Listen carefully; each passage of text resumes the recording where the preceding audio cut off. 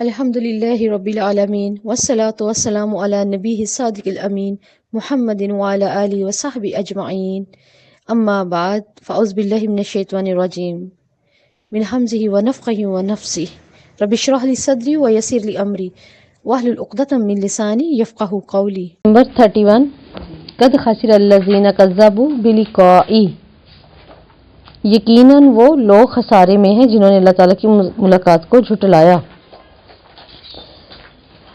اب اس میں ایک روایت آتی ہے شداد بن اوس رضی اللہ سے ہے کہ آپ صلی اللہ علیہ وسلم نے فرمایا عقل مند وہ ہے جس نے اپنے نفس کا حساب کیا اور موت کے بعد آنے والی زندگی کے لیے عمل کیا، اور احمق وہ ہے جس نے اپنے نفس کی، اپنی خواہشات کی دوڑ کو اپنے پیچھے لگا دیا اور پھر اللہ تعالیٰ سے بخشش کی آرزو بھی رکھی۔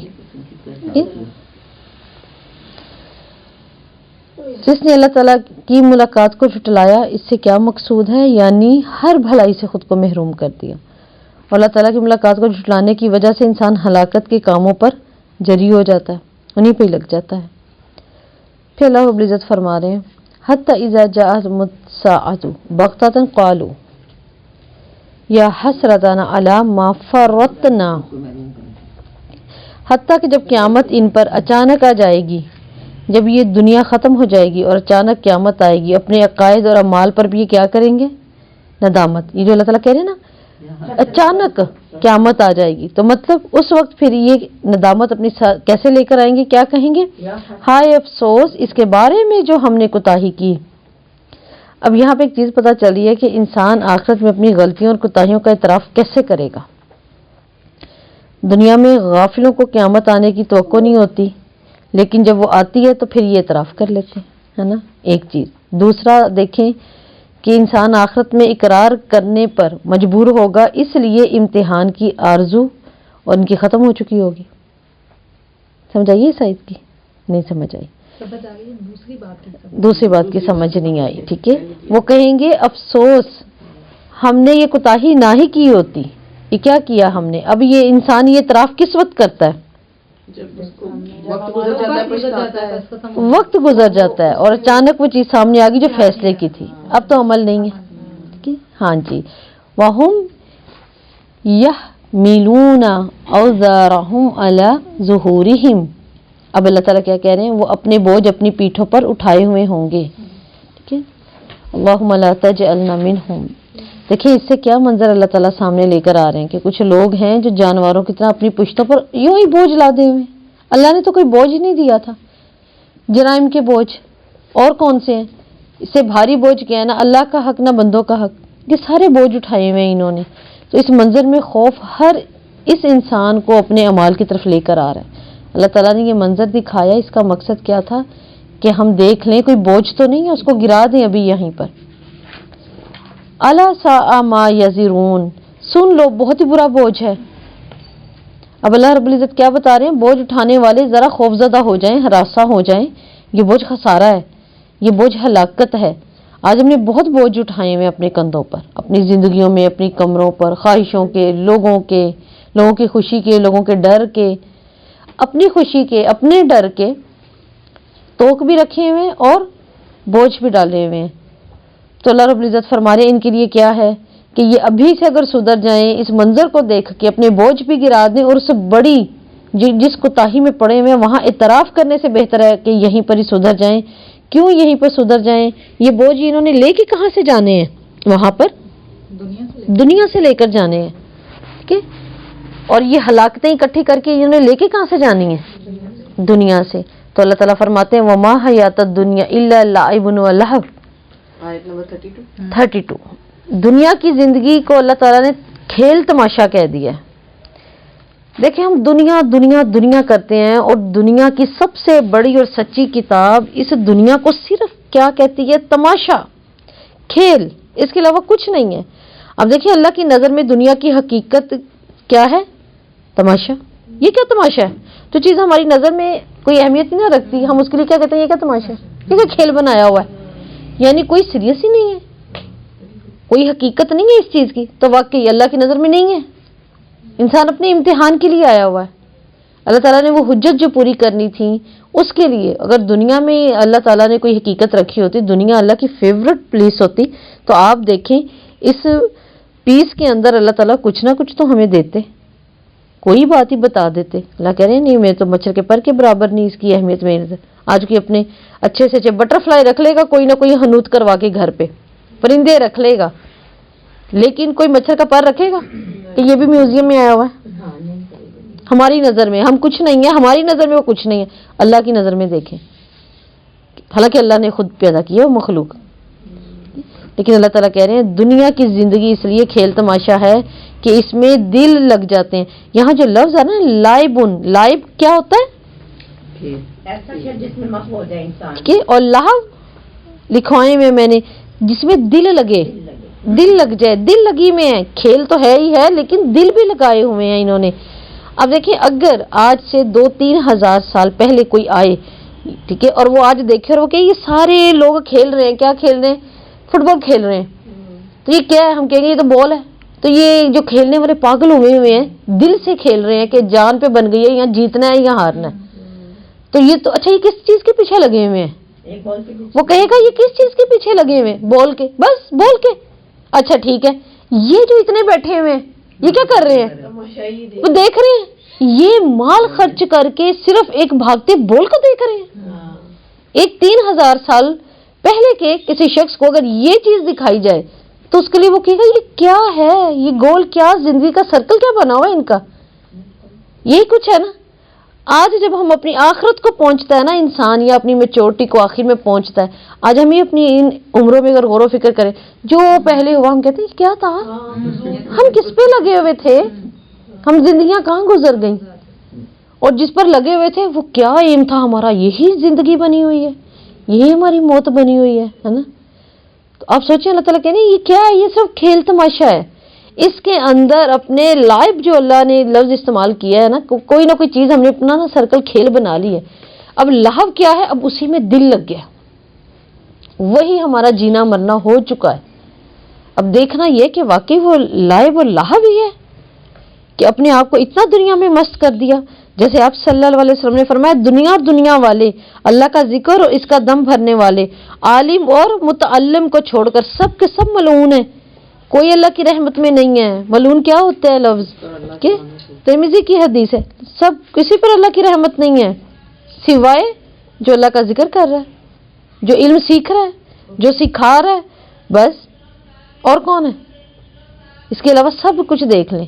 تبھی تو ہم کہتے ہیں اتنا پڑھنے کے باوجود بھی اگر انسان نے اللہ کو نہیں پہچانا تو وہ نہیں ہے پڑھا لکھا، وہ اس میں اندر شعور نہیں ہے. آج بڑے سے بڑا وحشی جانور کون ہوگا جسے پتہ نہیں کتنا پڑھ چکا ہے دنیاوی طور پر، وہ کتنا مشہور ہے، کتنا بہترین ہے، لیکن بعد میں کیا نکلے گا؟ وہ عجیب سا کسائی نکلے گا.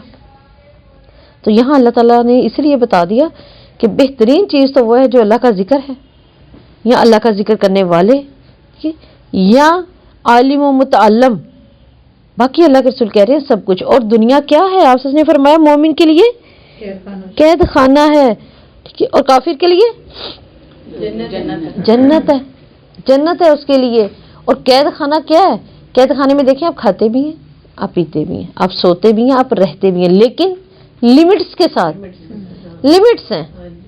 اب کوئی اگر جیل میں بھی ہے نا، چاہے اس کو پوری زندگی کی قید ہو چکی ہے، وہاں وہ اچھے اسٹیٹس میں بھی ہوگا، وہاں اندر وہ پڑھا رہا ہوگا، وہ ایک ٹیچر ہوگا، ٹھیک ہے، یا اندر وہ ایک بہت اچھا کوئی انجینئر ہوگا، سکھا رہا ہے قوم کے لیے، وہ کچھ نہ کچھ کر رہا ہے، لیکن پھر بھی وہ کیا ہے؟ سب لمٹس، حد، قید ہے، قید ہے، اس کو آزادی نہیں ہے. وہ کہے کہ میں یہاں جیل کے اندر اتنا کما رہا ہوں، کیا مزہ ہے ایسے کمانے کا؟ وہاں کیا ہے؟ قید ہے، اور اس کی کچھ حدیں ہیں، بس حدیں ہیں. یہی سوچ لیں کہ آپ صلی اللہ علیہ وسلم نے یہ جو ہمیں کہا ہے نا کہ دنیا کیا ہے؟ قید خانہ ہے مومن کا. کھا رہے ہیں ہم، پی بھی رہے ہیں ہم، پہن بھی رہے ہیں، لیکن ہمیں لمٹس نہ بھولیں. ہم لمٹس بھول کے ہم کھیل تماشے میں لگے ہیں. کھیل بھی کھیلا، ساتھ میں پھر کون سا لہو؟ دل لگا کر. یہ لہو جو لفظ ہے نا، یہ ہوتا ہے دل لگی، جس میں دل لگ جائے، دل لگ جائے. آج آپ دیکھیں ہر کوئی یہاں تو کوئی اپنے کسی نہ کسی کریز کے پیچھے جو ہے نا، کوئی زندگی کا اس کا ایک گول بن چکا ہے، وہ اسی کے پیچھے کریز ہے. کوئی اپنے کیریئر میں پاگل ہے، وہ نہیں چھوڑے گا. وہ مرنے والا ہوگا لیکن وہ نہیں چھوڑے گا. لام عین با لہب لہب دل لگی کے ساتھ, ٹھیک ہے. اور جو لام ہا با لہب, لہب دل لگی کے ساتھ ہے. لام عین با یہ تو کھیل ہے نا. ہاں اچھا وہ لہب دل, ٹھیک ہے, وہ دل لگی کے دل کے ساتھ کرتا ہے. وہ کسی کا کیریئر, کسی کی جاب, کسی کی اولاد, ٹھیک ہے, کسی کا بزنس, کچھ بھی جس نے بنا لیا ہے نا وہ اسی کے پیچھے پاگل ہو رہا ہے. اور پھر دل لگا کر اگر وہ دین سے نہیں ہے, اگر وہ دین سے نہیں ہے تو وہ اسی کے لیے پاگل ہے. ٹھیک ہے, تو یہاں پر یہ آخرت کے مقابلے میں دنیا کا اللہ تعالیٰ مقام بتا رہے ہیں ہمیں. اور دیکھیں یہ کیا مقام ہے, مقام نہیں ہے ویسے کوئی, ہے نا. آج ہم پاگل ہو جاتے ہیں نا, ایک ایک دیوار کے پیچھے, ایک ایک صوفے کے پیچھے, کپڑوں کے پیچھے لوگوں کے کریز دیکھا آپ نے, ہے نا. موبائلز کے پیچھے کریز دیکھا. میں حیران, پتہ نہیں کیا ہوتا ہے لوگوں کو, کیسا کیسا کریز کہاں تک چلا جاتا ہے. اکثر میں دیکھتی ہوں جب موبائل لوگوں کہیں گے نیا ماڈل لایا, جی اب کیا ہے کہ لوگوں کی کریز ہے نا, میں دیکھتی ہوں گاڑیوں کا کریز دیکھ, گاڑی کا کریز دیکھ, کپڑوں کا, فون کا. پھر دیکھیے کہ جیسے میں نے ابھی بتایا کہ سیدنا ابو ہریرہ نے کہا کہ دنیا میں 3 چیزیں, دنیا جس کا دم بھرے, اللہ کا ذکر, اللہ کا دم بھرنے والے, عالم, متعلم, ان کو چھوڑ کر سب بیکار ہے اللہ کی نظر میں. وما حیات الدنیا الا لعب لہب. اب اللہ تعالیٰ یہ دنیا کی ساری بات بتاتے ہوئے ہمیں کیا بتا رہے ہیں. اور اسی طرح اللہ تعالیٰ نے سورہ حدید میں بھی کہا, آیت نمبر 20 میں, اعلموا انما الحیات الدنیا لعب ولہب وزینۃ. جان لو لوگو, دنیا کی زندگی محض ایک کھیل ہے, دل لگی ہے, زینت ہے, تمہارا آپس میں فخر کرنا ہے. وہاں تو دیکھیں اللہ نے کتنی پیاری باتیں کھول دی. وتفخروا بینکم, آپس میں فخر کرنا ہے, اور مال اور دولت میں ایک دوسرے سے بڑھ جانے کی کوشش کرنا ہے. وتکاثروا فی الاموال والاولاد. کیا ایسا نہیں ہے؟ اگر یہ میں اپنے الفاظ نہ بھی بولوں تو کیا یہ اللہ کے الفاظ ہمارے لیے کافی نہیں ہے کہ لوگوں سن لو, یہ دنیا کچھ نہیں ہے, محض کھیل ہے, تماشا ہے, اور اس میں تمہارے دل لگ چکے ہیں. اور یہ تم کر کیا رہے ہو, کچھ زینتیں ہیں جو تم نے آپس میں بانٹی ہوئی ہیں. کیا یا مال پر فخر ہو رہے ہیں؟ وہی بات, خاندان میں یہ تو خاندان میں وہ کیا کہے گا, یہ کیا کہے گا. اور کیا ہے, فخر ہے, فخر ہے بس, اور مال ہے, اور اس میں بڑھ جانے کی کوششیں ہیں. کمثلی خیس عجبا کلفارا نباتہ ثم یہیج فتراہ. اللہ تعالیٰ کہہ رہے ہیں مثال تو میں تمہیں تمہاری یہ دیتا ہوں, اگر تم دنیا میں پاگل ہو گئے ہو اپنے اولاد, مال اور فخر جتانے میں آپس میں, تو اس کی مثال اللہ تعالیٰ کیا دے رہے ہیں, یہ سورہ حدید کی آیت نمبر 20 ہے. جیسے بارش کی مثال کہ اس نے اگنے والی کھیتی کسانوں کو خوش کر دی. بارش ہوئی, کھیتی سبز اٹھی, بہت خوش ہو گئے سارے, واہ یہ تو ہمارے ہی لیے تھا, میرا ہی ہے, میری ہاتھ کا کیا ہوا. پھر وہ پک جاتی ہے, پھر کیا ہوتا ہے اس کے بعد, مصفرا ثم یکون حطاما. اس کے بعد وہ کیا ہونا شروع ہوئی, زرد. پھر وہ کیا شروع ہوئی, حطاما, چورا چورا. آپ نے دیکھا کبھی گھاس اگتا ہے ہرا سا, پیلا, کالا, بعد میں یوں چھیڑو تو کالا چورا ہو گیا. اور پھر اللہ تعالیٰ کہتے ہیں یہ سب کرنے کے بعد کیا ہے اس کے لیے, وفی الآخرۃ عذاب شدید. پھر آخرت میں تو عذاب ہی ہے نا. اور مغفرۃ من ربی و رضوان, ہاں اللہ کی رضا میں تمہارے لیے مغفرت ضرور ہے. پھر اس آیت کو ختم کرتے ہوئے اللہ تعالیٰ کیا کہہ رہے ہیں, جو شروع میں بات کی تھی, اللہ کہہ رہے ہیں وما حیات الدنیا الا متاع الغرور. پھر سنو لوگو, یہ ایک دھوکہ ہے, کتنا کیا کر لوگے. آخر میں آ کے انسان وہی, جب میں نے کہا تھا نا آپ سے بیٹھے ہوئے, ہم کیا کہتے ہیں, وہ کیا تھا, ہم کہاں لگے ہوئے ہیں. پچھلا کوئی آ جائے تو کہ یہ کیا ہے, پاگل لوگ ہیں, کہاں لگ گئے ان کی زندگی اور مال. ہمارے بعد کوئی 2-3 قرن صدیوں بعد آئے, ہم اس کے لیے کیا ہیں, کچھ بھی نہیں. یہ کیا تھے, یہ کیا کر رہے تھے اپنی زندگیوں میں, ایسا کبھی بھی نہیں ہے. تو اللہ تعالیٰ نے پہلے کہہ دیا یہ دھوکہ ہے.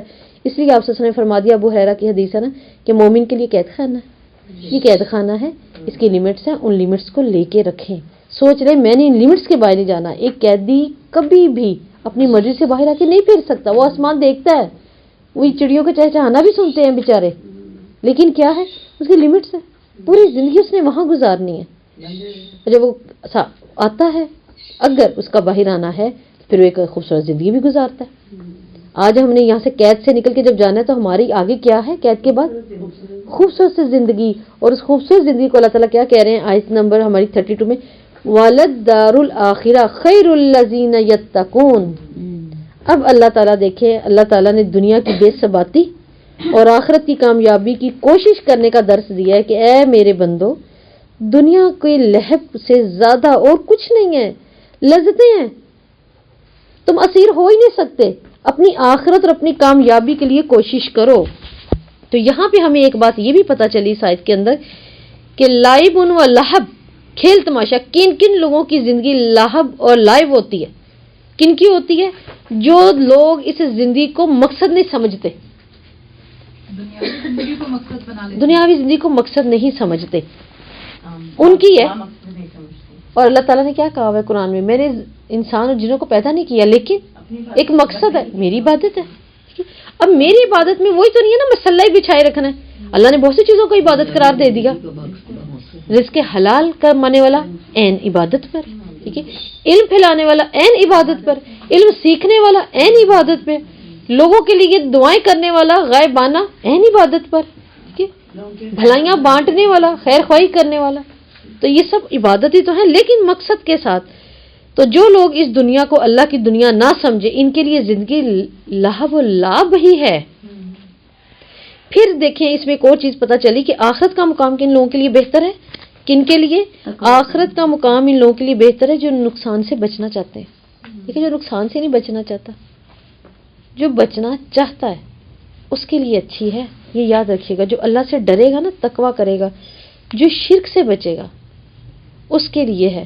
ایک حدیث میں ہے کہ آپ نے فرمایا الیس من دعنا نفسہ ورضی بکفافی وعمل لما بعد الموت، یعنی عقل مند اور ہوشیار جلدی سے محاسبہ کر لے اپنا، آخرت میں جانے سے پہلے وہ اپنے سارے کے سارے عمل کو دیکھ لے، کیا کرے، اپنی کفالت و معاش پر راضی ہو جائے، اور بعد الموت پھر اس کے لیے وہ کفف کر جائے گا، یعنی مکمل کافی ہو جائے گا۔ تو ابھی سے سمیٹ لیں، ہاں مجھے اتنا ہی کافی ہے، بس اسی میں کر سکتی ہوں، اسی میں اچھا خرچ کر سکتی ہوں، اسی میں ہی میں اپنی صحت کے مطابق عبادت کر سکتی ہوں، اسی میں کسی کی خیر خواہی کر سکتی ہوں، بس اس سے زیادہ نہیں۔ جب ہم بہت زیادہ ٹانگیں بھی پھنسا لیں نا، چاہے ہم دیندار بھی ہیں، ہم دیندار بھی جب ٹانگیں پھنسا لیتے ہیں نا، مجھے یہ بھی کرنا، مجھے یہ بھی کرنا، مجھے یہ بھی، اس کا پیچھے کیا ہوتا ہے؟ اگر تو اس کی نیت اچھی نہیں ہے پھر تو ظاہر سی بات ہے وہ اللہ کے مقبول نہیں، اور اگر نیت واقعی اچھی ہے لیکن دل میں کیا میں زیادہ کر جاؤں، دیکھیں ہر کسی کو حرص ہے جنت کی، اس کا دل چاہتا ہے جب تک میری زبان ہے، میرے ہاتھ پیر ہیں، میں اس میں کچھ کر جاؤں زیادہ، لیکن وہ بھی ہمیں کیا کرتا ہے؟ تھکا دیتا ہے۔ اور یہ چیز آپ صلی اللہ علیہ وسلم نے کس سے کہی تھی؟ اپنے گھر کی عورت سے، مسجد نبی جیسا عمل، مسجد نبی کے اندر کھڑے ہو کے کرنے والا عمل، ٹھیک ہے، اور پھر آپ صلی اللہ علیہ وسلم کی طرح پورے رات کے لیے رسی باندھ لی ہے نا، تو آپ نے کیا کہا؟ کھول دو اس کو، فوری اس کو اتارو، تم تو عمل کرتے کرتے نہیں اکتا جاؤ گے، اللہ تو تمہیں اجر دیتا نہیں نا اکتاتا۔ تو اسی لیے اس امت کے لیے آسانی یہ پیدا کر دی ہے، میں خود بازو کا سوچتی ہوں، ہاں ٹھیک ہے سمیٹ دیا جائے کام اور اتنا کیا جائے جتنی ضرورت ہے۔ کیوں؟ بات یہ ہے کہ جب ہم آگے جا کے پڑھیں اس سے بہتر ہے کہ آپ صلی اللہ علیہ وسلم کس بات پہ خوش ہو جائیں، اللہ کے حوالے یہ بات کر کے اللہ کو بتا کے، اللہ تو نے کہا نا تھوڑا ہو مسلسل ہو، تھوڑا کروا لے مسلسل کروا لے، یہی چاہ رہے ہیں نا، یہ تو ہمارا لالچ ہے۔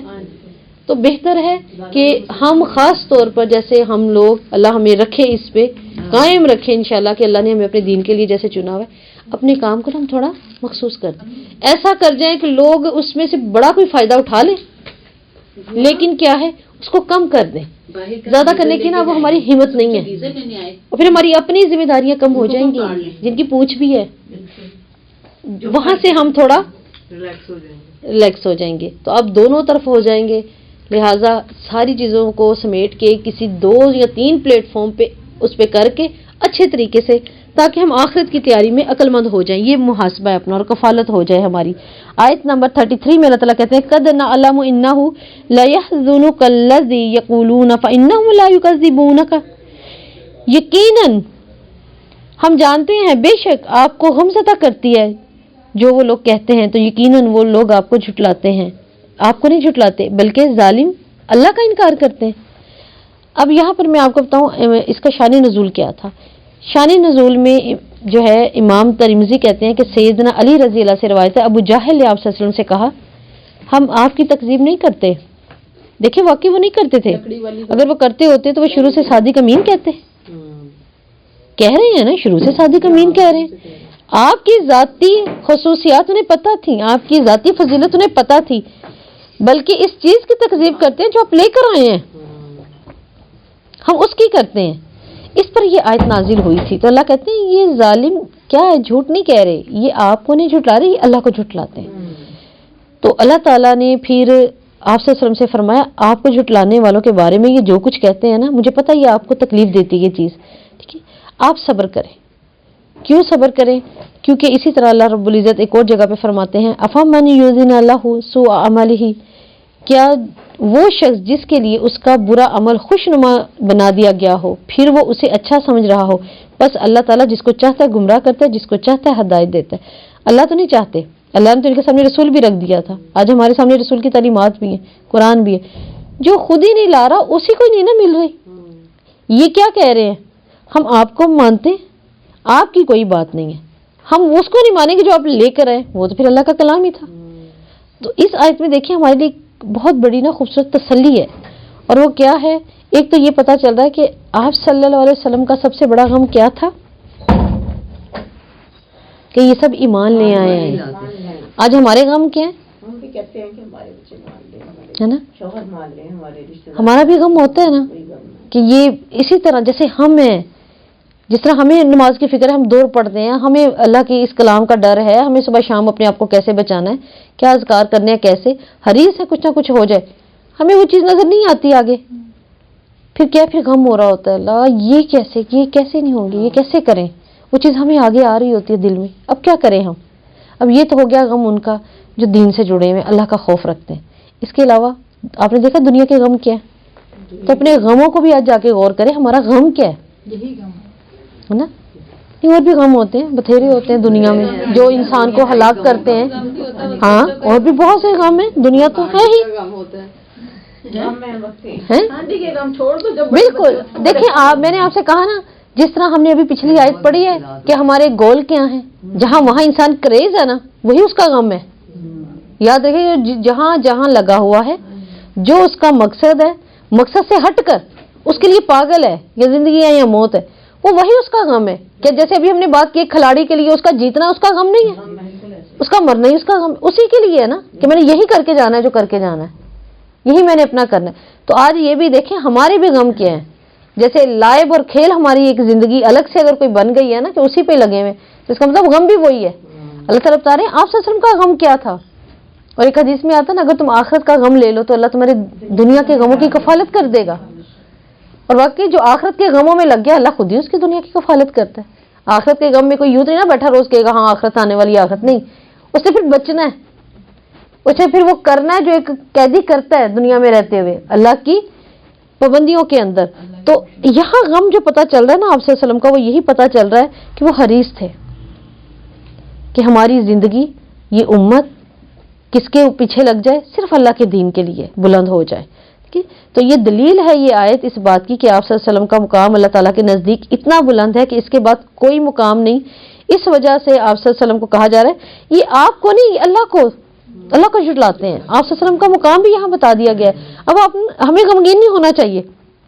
اتنوں کو کہتے ہیں کوئی نہیں آتا ہے نا، اتنوں کو بتا دیا، یا جن کو پتہ بھی ہے وہ ہمیں کچھ نہیں سمجھتے، ہمیں کچھ نہیں جانتے، ہماری بات ہی نہیں مانتے. کتنے لوگوں کی نظر میں دیکھیں ہم کیسے ویلن بھی ہیں، کئیوں کی نظر میں ہم ہیرو بھی ہیں. دونوں چیزیں ہمارے سامنے اللہ نے ہمیں دکھائی ہوئی ہیں زندگی میں، ٹھیک ہے، بالکل زیرو ہے کسی کی نظر میں.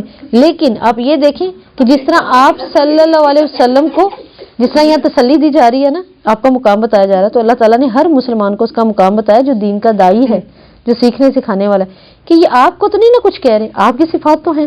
یہ کس کی انکار کرتے ہیں؟ اللہ کا انکار کرتے ہیں. وہ آپ کا تھوڑی کر رہے ہیں، وہ تو اللہ کا کر رہے ہیں. تو اس چیز کے لیے غمگین ہونے کی ضرورت نہیں ہے.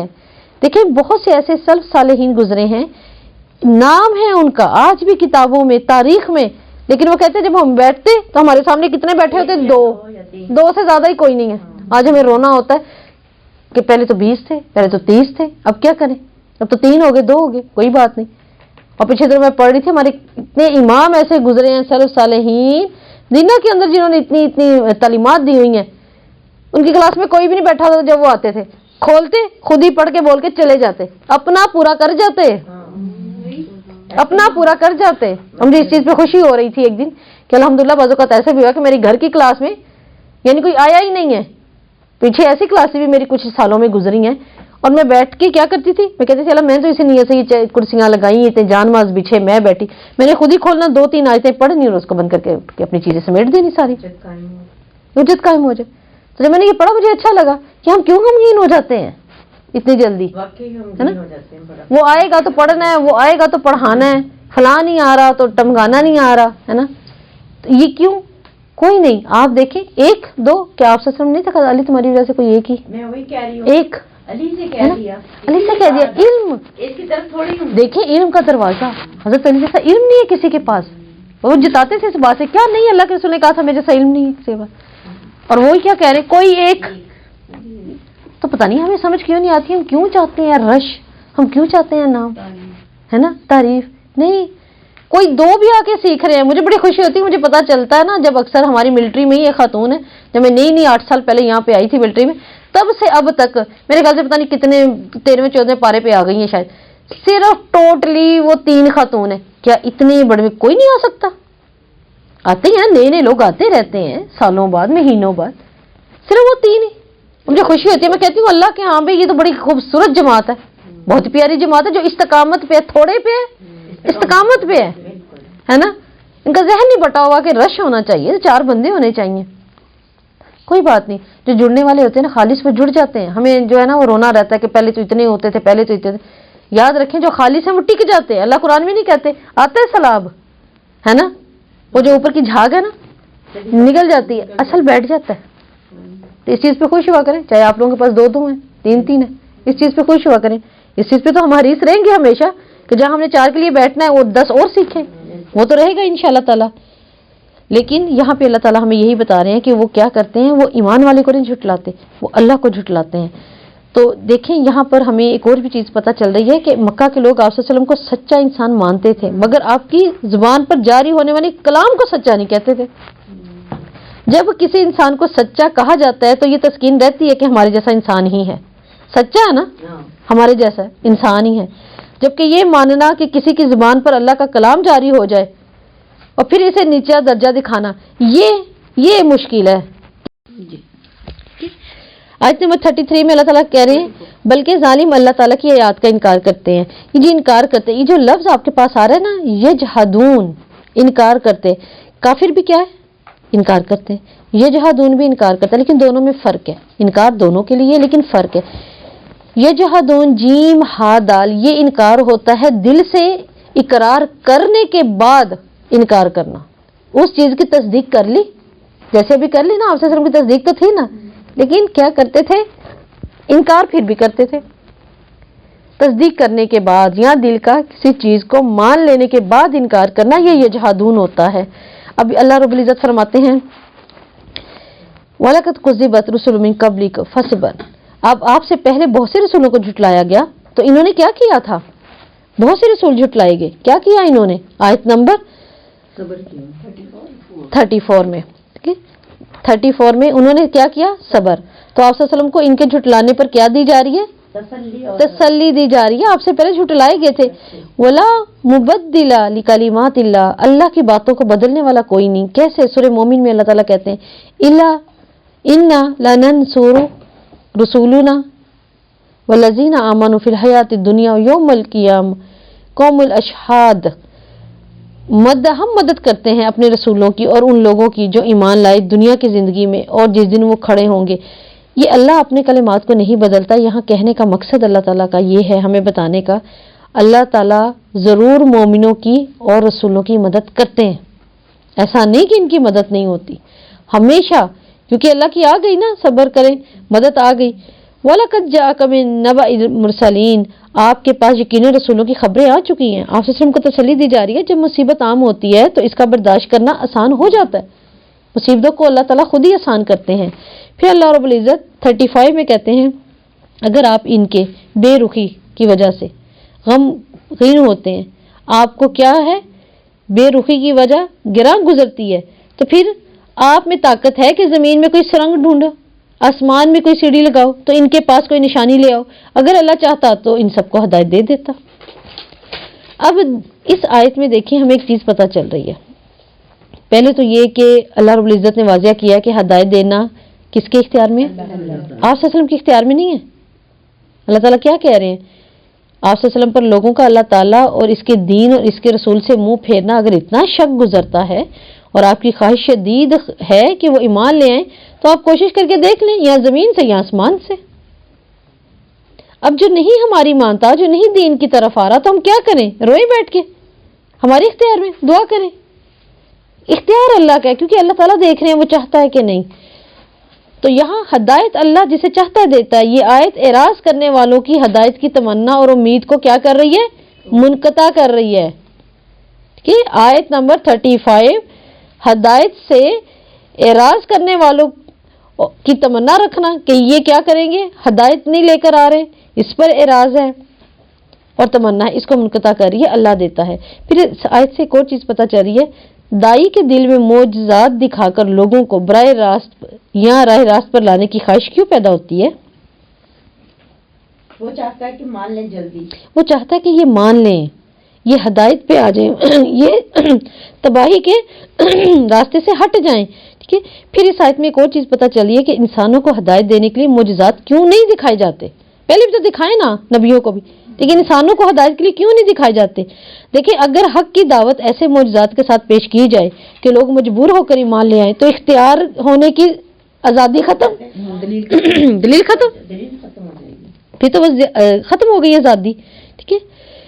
پھر دیکھیں کہ ایک اور چیز ہمیں پتہ چلی ہے اس کے اندر کہ آپ صلی اللہ علیہ وسلم کو بے رخی کرنے والوں کی ایمان کی خواہش پر اللہ رب العزت نے کون سی سرزنش کی ہے؟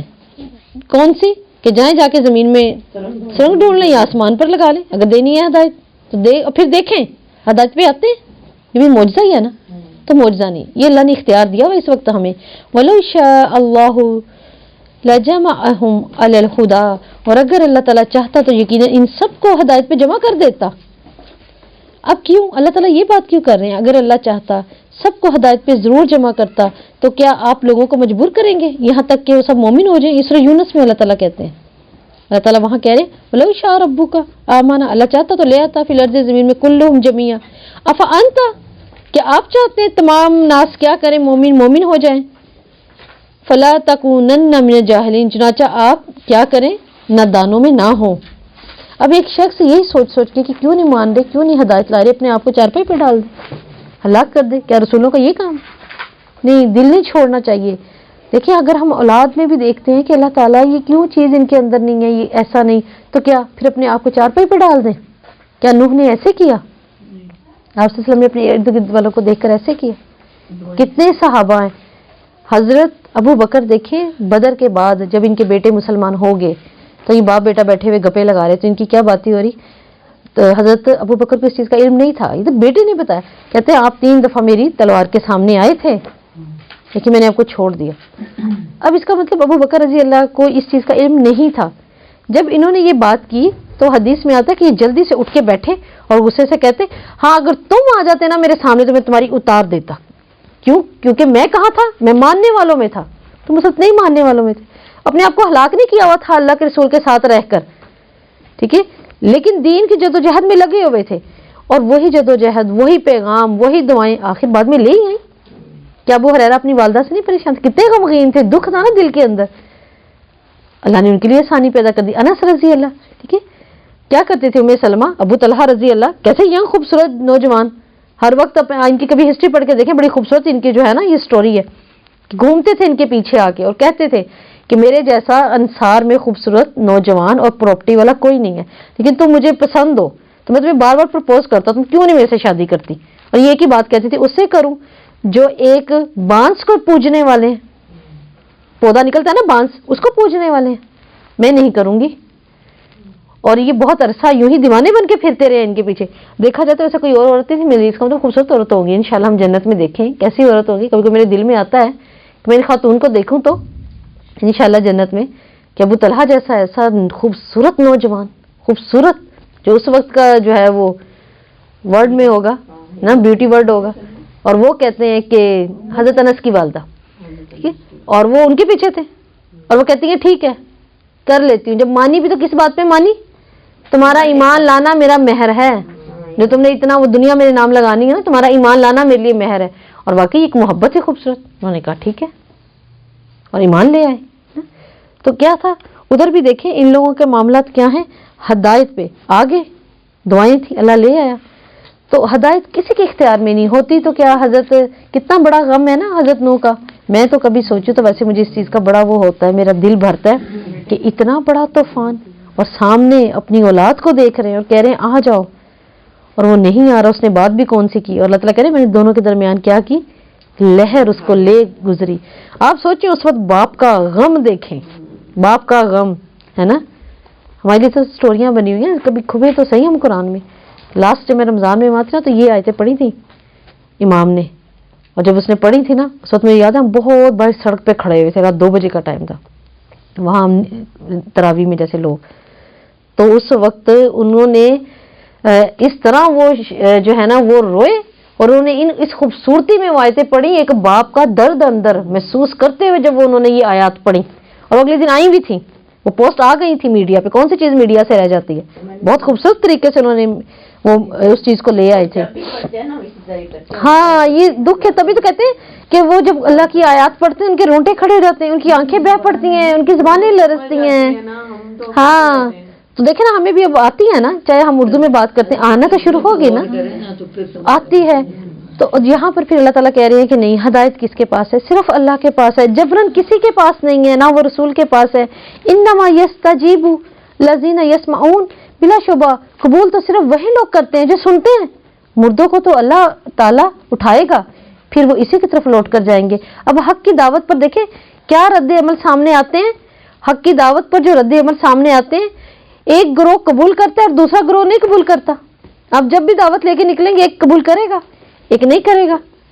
یاد نہیں آپ صلی اللہ علیہ وسلم کو کتنا دکھ پہنچا تھا طائف پہ، تینوں بھائیوں کے لیے کس قدر تینوں بھائیوں کے پاس کتنی وہ گئے ہیں ایک عزت کے ساتھ، کتنی آس لے کے آپ صلی اللہ علیہ وسلم گئے ہیں، اور ان تینوں نے ایسی ایسی باتیں کر کے ذلیل کر کے رکھ دیا. کہ تینوں کتنا بڑا دکھ ہے نا. آج ہم کسی سے کہیں نا ہم نے قرآن پڑھنا ہے، ہم نے پڑھانا ہے، ہم آپ کی طرف ورکشاپ کریں، کچھ کریں، نہیں ہم نہیں کر سکتے، ہمارا یہ وہ. آپ یقین جانے ہمیں پتا ہے ہمیں کیسے یہ دکھ لگتا ہے ہمیں، اور دکھ کیسے ہمیں لگتا ہے، ہمیں اس لیے لگتا ہے ہم کہتے ہیں ان کی نظر میں کوئی دین کی بات ہی نہیں تھی. ہم نے تو دین کی بات کہی تھی، ہم نے کون سا کوئی اپنی کوئی بات کہی تھی، ہے نا. تو یہ جگہ دینے سے بھی انہوں نے انکار کر دیا، تو کتنا وہ دل کھب جاتا ہے.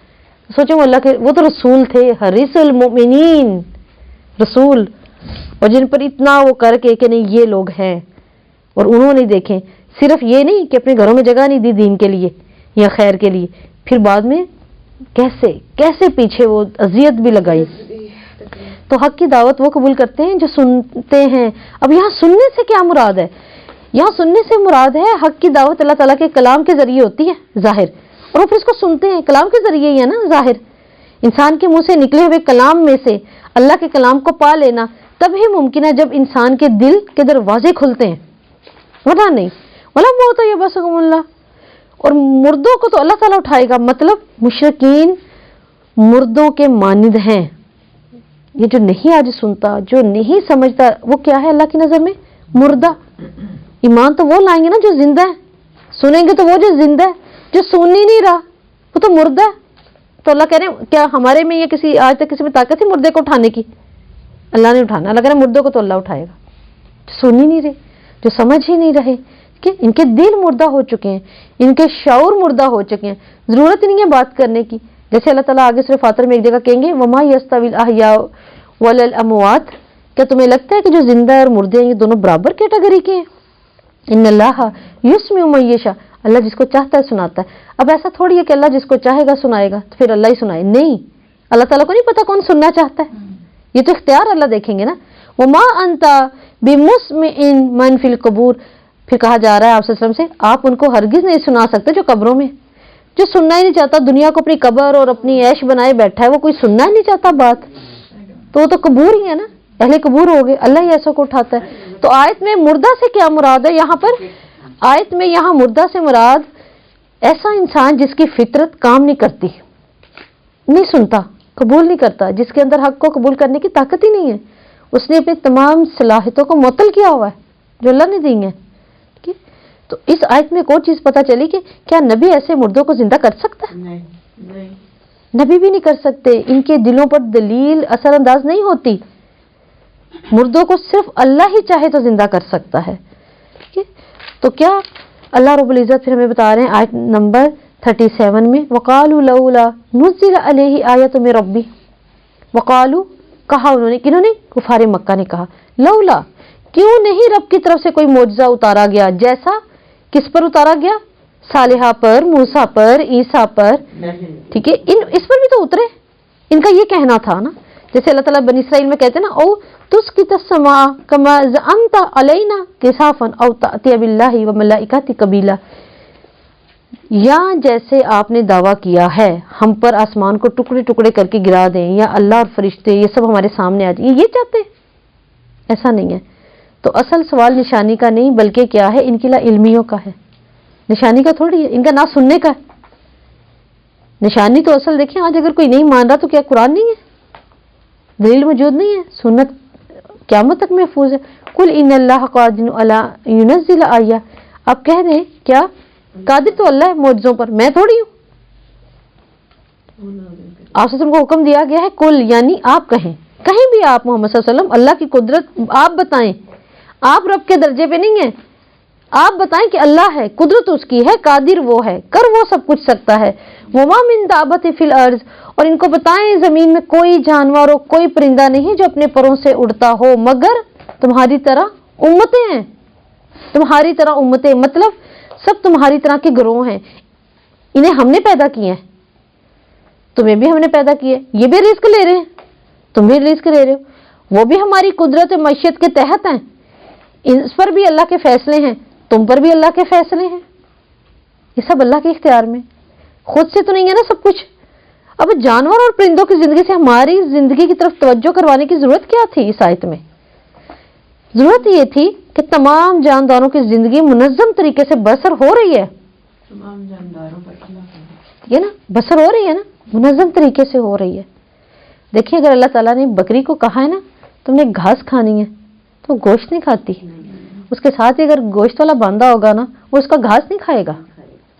اللہ کی بتائی بات پہ چل رہے ہیں، وہ اپنی فطرت پر قائم ہے، فطرت کو معطل نہیں کر رہے، بالکل نہیں کر رہے. فطرت کو معطل نہیں وہ کر رہے، نہ اپنی صلاحیتوں کو منقطع کر رہے ہیں. یہی اللہ نے صلاحیت رکھی ہے میری، یہی میں نے کرنا ہے. ٹھیک ہے، اور وہ ویسا ہی کرتا ہے. اس کو پتا میں نے دودھ دینا ہے، میں نے گھاس کھا کے دینا ہے، ٹھیک ہے، میں نے چارہ کھا کے ہی دینا ہے، اس کو پتا ہے. تو یہاں اللہ تعالیٰ یہ بتا رہے کہ ہر جاندار کی زندگی با مقصد ہے، وہ ایک ہی سکیم کے مطابق ہے، وہ جو اللہ نے دی ہے اس کو. ہماری زندگی کس چیز کے مطابق ہے؟ ہماری زندگی اللہ تعالیٰ نے بتائی ہے، ہمارے پاس اختیار ہے اللہ کی عبادت اور آخرت کی فکر، بس یہ ہے ہماری سکیم. یہ ہے اصل میں مسلمان یہاں آخرت کی سکیم تیار کرنے آیا ہے، اور دنیا بنانے تو ہم آئے نہیں ہیں. جنہوں نے بنائی تھی انہوں نے کیا بنا لیا، جن کی پڑھی ہے انہوں نے کیا کر لیا. لیکن کیا ہے آخرت کے لیے جو بنا کے جائے گا وہی اس کا سب کچھ ہے. تو اللہ تعالیٰ ہمیں اس آیت میں بتا رہے ہیں سب مخلوقات ایک ہی تو اللہ کی پیدا کرتے ہیں. ٹھیک ہے، اب جانداروں میں ایک جیسی خصوصیات ہیں، جانداروں کی ایک طرح زندگی بسر ہے، ان کی سکیم اور تدبیر البتہ تھوڑی سی الگ ہے، وہ اللہ تعالیٰ نے ہمیں بتا دی. کیونکہ دیکھیں ایک جگہ جانوروں سے اللہ تعالیٰ نے یہ بھی بات تو کیا نا کہ کیا یہ جانور ہے، صرف جانور ہے یا ان سے بھی بدتر ہو گئی ہے. جانور کیا کرتا ہے، بس چل رہا ہے، وہ کہے گا ادھر ہو جاؤ، وہ کہے گا ادھر ہو جاؤ، شعور سے کام نہیں لے رہا، لیکن اسے پتا بس میں نے یہ کرنا ہے، بس وہی کرتا ہے. تو اللہ نے کہا کم از کم اتنا فرق تو ہے نا انسان میں اور جانور میں. والذین کذبوا بآیاتنا صم بکم فی الظلمات، اور جن لوگوں نے ہماری آیات کو جھٹلایا وہ کون ہیں؟ بہرے ہیں، گونگے ہیں. اب دیکھیں اس آیت میں ایک اور چیز پتہ چل رہی ہے، جو لوگ اللہ تعالیٰ کی آیات سے منہ موڑتے ہیں ان کے اندر کیسی تبدیلی آتی ہے. 39 اندھے گونگے بن جاتے ہیں. دیکھیں بگڑی ہوئی فطرت کے لوگ روشن کلام سے کیا فائدہ اٹھائیں گے؟ اپنی فطرت ہی بگاڑ لی. آج جو دین سے دور ہے وہ کیا ہے؟ کوئی گوشت کھا رہا ہے، کوئی کیا کھا رہا ہے، کوئی کیا انسان ہے، انسانوں کے گوشت کھا رہے ہیں، انسان کا گوشت کھا رہا ہوتا ہے. ٹھیک ہے، یہ بھی کیا آئی تھی ایک رپورٹ کچھ دنوں پہلے میں پڑھ رہی تھی. استغفر اللہ، اللہ اکبر، اللہم لا تجعلنا منہم. اللہ تعالیٰ ایسے دل بھی نہ بنائے. ٹھیک ہے، دعا کیا کرے اللہم بالکل بالکل، یا مقلب القلوب ثبت قلبی علی دینک وصل السخیمۃ قلبی، نکال اللہ وہ سخیم ہمارے دل سے کھینچ کے نکال دے جو نہیں ہونے چاہیے. کیا وہ پتہ نہیں کس کو ایک عورت کے پیگ اس کو کر بھی دیا تھا، کوئی رشتہ دار ہی تھی، کیا نفرتیں بغضیں کہاں پہنچی، اس کے پیگ بنا کے رکھے ہوئے ہیں فریج میں، جیسے ہم نکال کے پکاتے ہیں وہ ایک پیکٹ نکال دیں، پکا لیتے ہیں، کھا لیتے ہیں. استغفر اللہ استغفر اللہ. ٹھیک ہے، تو یہ کیا ہے، اتنے گر گئے، اتنا گر گیا، اپنی فطرت کو معطل کر دیا نا، بگاڑ لی فطرت، بگاڑ لی. یہ کیا تھی، تو مردوں کو بھی نہیں چھوڑ رہے. کیا نہیں منع کیا اسلام نے، مسئلہ نہیں کرنا، کوئی کسی کا نہیں کرے گا. تو انسان کا ہدایت اور گمراہی کی طرف رجحان اور ملان کیسے ہوتا ہے، جس وقت تو اللہ کی دی صلاحیتوں کو استعمال میں لائے تبھی اسے پتہ چلے گا. انسان کے اندر جتنے رجحانات اور میلانات کام کرتے ہیں نا، کیسے کرتے ہیں، اللہ کی مشیت کے مطابق جب ہم اس کلام سے مدد مانگیں گے پتہ چلے گا ہماری فطرت کیا ہے، ہم نے کرنا کیا ہے. میں یشاء اللہ یضلل، اللہ تعالیٰ جس کو چاہتا ہے بھٹکا دیتا ہے، جس کو چاہتا ہے ہدایت دیتا ہے. ٹھیک ہے، اب یہاں پر دیکھیں کہ اللہ تعالیٰ جو شخص حق سے دشمنی کا راستہ اختیار کرے گا تو کیا اللہ اس کو ہدایت دیں گے؟ خود کر رہا ہے نا، تو پھر اب گمراہی پر ہے. اچھا پھر جو کہتے ہیں کہ قسمت میں یہ لکھا ہوا تھا، چوائس تو دی ہے نا اللہ نے، قسمت میں کیوں لکھا تھا؟ اللہ نے تو قسمت میں یہ لکھا تھا، اس لیے ایسے ہی ہونا تھا. نہیں ہونا تھا نا ایسے. تقدیر کو کون سی چیز غالب لے جاتی ہے؟ دعا. اگر انسان جڑا ہوا ہے اپنے ایمان سے، اپنے دین سے، اپنی جزا سزا اس کے سامنے ہے، پھر وہ کیوں ہوا، پھر اسے وہ راستہ کیوں اختیار کیا؟ آج اگر کوئی کہے کہ بس میں جہنمیوں والے سارے کام کر رہا ہے، ہاں کرتا رہے، وہ بھی کہے کہ ہاں ظاہر میں اب میں کام ہی یہ ہو رہے ہیں لہٰذا میں کیا کروں، کیونکہ اللہ نے لکھ دیا تھا. یہ اللہ نے بتا نہیں دیا تھا کہ جنت والے یہ کام ہے، راستہ تو دیا ہے نا اللہ نے. ٹھیک ہے، جہنم والے تو یہ تھے. اگر کسی کو لگتا ہے کہ ہاں میری لا علمی میں اتنی زندگی گزر گئی، کیا اس کے بعد بھی اس کے پاس حجت نہیں ہے کہ دیکھتا کہ اچھا یہ راستہ ادھر لے کے جا رہا ہے، یہ تو غلط ہے. اگر یہی غلط ہے تو پھر مجھے لینا ہی نہیں ہے، پھر تو مجھے صحیح لینا ہے. ہاں، کیونکہ دماغ خراب کر دیے ہیں نا کہ جو اللہ نے چاہا تم جو کر رہے ہو وہ اللہ نے چاہا. بھی اللہ تعالیٰ نہیں بتا رہے، اللہ کی مشیت کے مطابق قرآن جب نہیں کھولیں گے تو ایک ہی آیت پہ اتفاق کر لیں گے، جو اللہ نے چاہا، اللہ چاہے گا تو ہدایت دے دے گا ہمیں. اللہ کہہ رہے ہیں جو آئے گا، جو رجوع کرے گا، جو غور و فکر کرے گا. آسان ہو جاتا ہے تب بھی کہتے ہیں بس اللہ نے قسمت میں لکھا ہوا تھا. اللہ نے قسمت میں لکھا تھا. ہاں دیکھیں، اگر کوئی انسان نے کوئی کام استخارے سے کیا ہوا ہے، اس کے مال میں سے صدقہ نکلتا رہتا ہے، ٹھیک ہے، وہ خود بھی نیکیوں پہ، اللہ کے فرائض پورے ہو رہے ہیں، حقوق اللہ پورے ہو رہے ہیں، سب معاملات صحیح ہیں، عبادت بھی پورے ہو رہے ہیں، پھر اگر جو بھی نقصانات معاملات آتے ہیں پھر تو ہم کہیں گے تو اللہ کے معاملے. ایک مومن ہی کہے گا نا، پھر تو ایک مومن ہی کہے گا کہ اس میں اجر ہی ہوگا. کیا رسولوں کے پاس نہیں تھا یہ سب ہوا؟ نہیں آیا. آپ صلی اللہ علیہ وسلم کی زندگی میں کم تھے غم، کم غم میں کتنا کچھ آیا. حتیٰ کہ وہ جن سے محبت کی انتہا ہے نواسے، ان کی پہلے لا کے باتیں بتا دی گئی کہ ان کے ساتھ بھی یہ ہونا ہے. وہ بھی غم نہیں تھا کہ اپنے دل کے اندر پڑا ہوا. لیکن کیا ہے کہ وہ لوگ ایمان والے تھے. ایمان والا ہے تو ٹھیک ہے، پھر تو بچائے گا اپنے آپ کو کہ نہیں یہ کام غلط ہے. تو اگر یہ ہو ہی رہا ہے، میرے سے ہو گیا، اب کوئی کہے کہ میرے پاس نہیں ہے، میرا گزارا ہی سود سے ہو رہا ہے، تو بس سود، اب میں کیا کروں، اب اللہ نے لکھا یہ تھا مجھے ملتی نہیں جاب، میں کیا کروں، میں کیسے کروں، ابھی اسی پہ ہی چل رہا ہے معاملہ. تو اس کو نہیں معلوم کہ یہ کیا ہے، یہ اللہ اور اس کے رسول سے جنگ ہے، کہ اس کے علاوہ اور کوئی کام نہیں تھا جو وہ اختیار کر لیتا، روزے رکھ لیتا. ٹھیک ہے، ہم کہتے ہیں نہیں بچے کی شادی نہیں کرنی، ٹھیک ہے، کہ کیا وجہ ہے، کماتا نہیں ہے، جب تک کمائے گا تو ہم کریں گے. تو ٹھیک ہے نا، وہ صحیح کہہ رہے ہیں. کہتے ہیں نہیں رزق لے کر آئیں گی، آنے والی رزق لے کر آتی ہیں، کر دو کر دو کر دو، آنے والی رزق لے کر آتی ہیں. وہ یہی کہہ کر ہم نے پھر سب سے ضعیف حدیث، پھر دیکھیں سب سے ضعیف حدیث کون سی ہے کہ جی کیا کرو، پہلی شادی کرو. آپ صلی اللہ علیہ وسلم نے کہا کہ ایک شادی کر لو، ٹھیک ہے، اس کا رزق نہیں تھا، صحابی نے کہا دوسری، آپ نے کہا تیسری کر لو، تیسری پہ آ کے اس کے پاس خوشحالی آ گئی. اچھا کوئی دے گا، کوئی دیتا ہے اپنی بیٹیاں ایسے کسی کو دیتا ہے؟ پہلے دو کے اس کے حالات ہے، تیسری کر لی اس نے. نہیں، یہ ضعیف ہے، یہ سب من گھڑت باتیں ہیں، ہے نا. جب تک وہ نہیں کماتا، اچھا ٹھیک ہے، اچھا ہے کچھ چھوڑیں، کمانے لگ جائے، ذمہ دار ہو بیوی کو، اس کے نان نفقے کا، پھر اس کی ضرور کریں. کیا نہیں حدیث کہتی؟ اصل حدیث تو پھر یہ ہے نا کہ کیا کرو، جو تم میں سے استطاعت رکھتا ہے وہ نکاح کر لے، اور جو نہیں رکھتا وہ روزے رکھ لے، وہ اپنی شرمگاہ کی حفاظت کر لے. اصل تو حدیث یہ تھی، ہم نے مس کوٹ کر کے اپنی نئی نوجوان نسل کو پتہ نہیں کہاں سے کہاں ڈال دیا ہے نا. کیونکہ ہمیں چاہیے کہ یہ جب اپنا صحیح کھڑا نہیں بزنس پہ ہو جاتا، وہ تو جا کے 70 سال میں لوگ نہیں ہوتے بزنس کما کے. بھائی اتنا ہو، نان نفقہ تو کما لے، بیوی کو دے لے، ماں باپ ساتھ اس کی ذمہ داری ہیں، کوئی بہن بھائی ہیں، بیوی ہیں، اس کو پتا ہو ہاں یہ سب اتنا لے آؤں کہ سب کھا لیں گے کہ ہانڈی میں. اتنا تو کر لیں. لیکن یہ کرنا مس کوٹ ہو جاتی ہیں نا یہ چیزیں. اللہ تعالیٰ کہہ رہے ہیں سب راستے سامنے ہیں. یہ ہم نہ کریں تو اور بات ہے، سب سامنے ہے. آیت نمبر 40 میں اللہ تعالیٰ کہتے ہیں آپ کہہ دیں تمہارا کیا خیال ہے اگر تم پر اللہ کا عذاب آ جائے یا تم پر قیامت آ جائے تو کیا تم اللہ کے سوا کسی غیر کو پکارو گے؟ اب دیکھیں اس میں ایک چیز پتہ چلی، انسان کے اوپر پڑے ہوئے غفلت اور سرکشی کے پردے کیسے اٹھتے ہیں. ربنا تقبل منا وآخر دعوانا ہاں جی، الحمدللہ جب وہ رب العالمین. سامنے عذاب